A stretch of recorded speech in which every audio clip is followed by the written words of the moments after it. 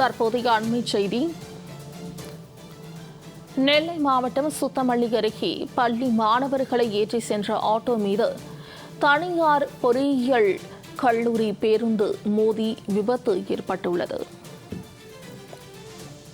பள்ளி மாணவர்களை ஏற்றி சென்ற ஆட்டோ மீது தனியார் கல்லூரி பேருந்து மோதியுள்ளது.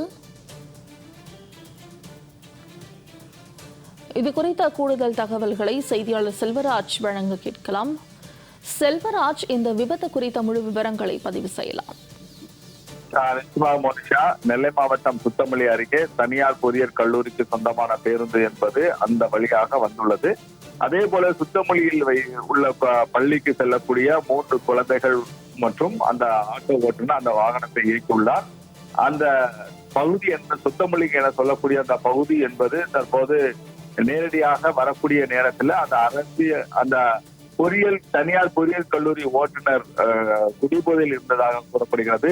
இதைத் தொடர்ந்து அந்த ஆட்டோ மீது அந்த வேன் திடீரென மோதியதன் தொடர்பாக அந்த வேனில் பயணம் செய்த 3 மாணவர்களும் ஆட்டோ ஓட்டுநரும் படுகாயமடைந்துள்ளார்.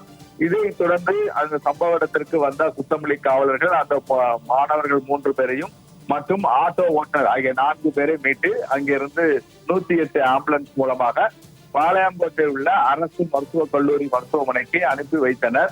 இதைத் தொடர்ந்து அந்த பகுதியில் ஒரு பரபரப்பான சூழ்நிலை நிலவி கொண்டு இருக்கிறது.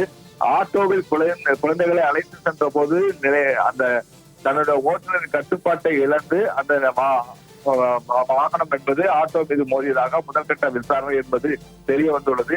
இந்த சம்பவம் தொடர்பாக அந்த வேனை ஓட்டிய நபரையும் போலீசார் கைது செய்து அவரிடம் தீவிர விசாரணை என்பது மேற்கொள்ளப்பட்டு வருகிறது.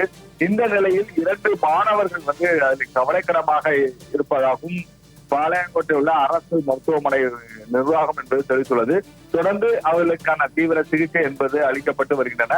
பள்ளி மாணவர்களை ஏற்றி வந்த ஆட்டோ மீது வேன் மோதிய சம்பவம் அப்பகுதியில் ஒரு பெரும் பரபரப்பை ஏற்படுத்தியுள்ளது. மோனிஷா.